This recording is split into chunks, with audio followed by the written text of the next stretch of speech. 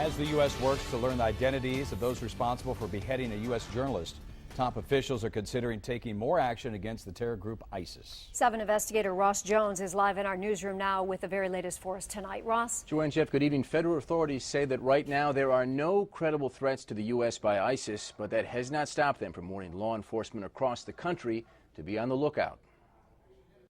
The Obama administration continues to open the door to U.S. airstrikes in Syria. We're not going to be restricted by borders. Top officials say that ISIS cannot be defeated without addressing its safe haven in Syria, and that if the administration sees a terrorism threat, it will take action. Officials won't say how many Americans are being held hostage by ISIS, but it's in the low single digits, at least 3. In recent weeks, ISIS demanded a sum of $130 million in exchange for journalist James Foley's release. But the U.S. government is adamant it will not pay ransom money for hostages.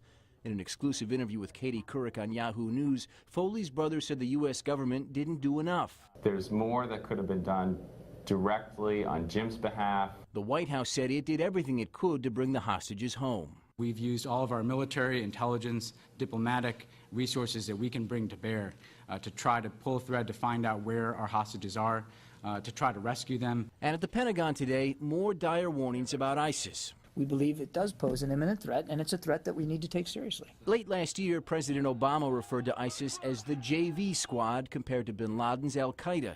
But now top officials insist that was ISIS then, this is ISIS now. This is an organization that has an apocalyptic end-of-days strategic vision, and which will eventually have to be defeated.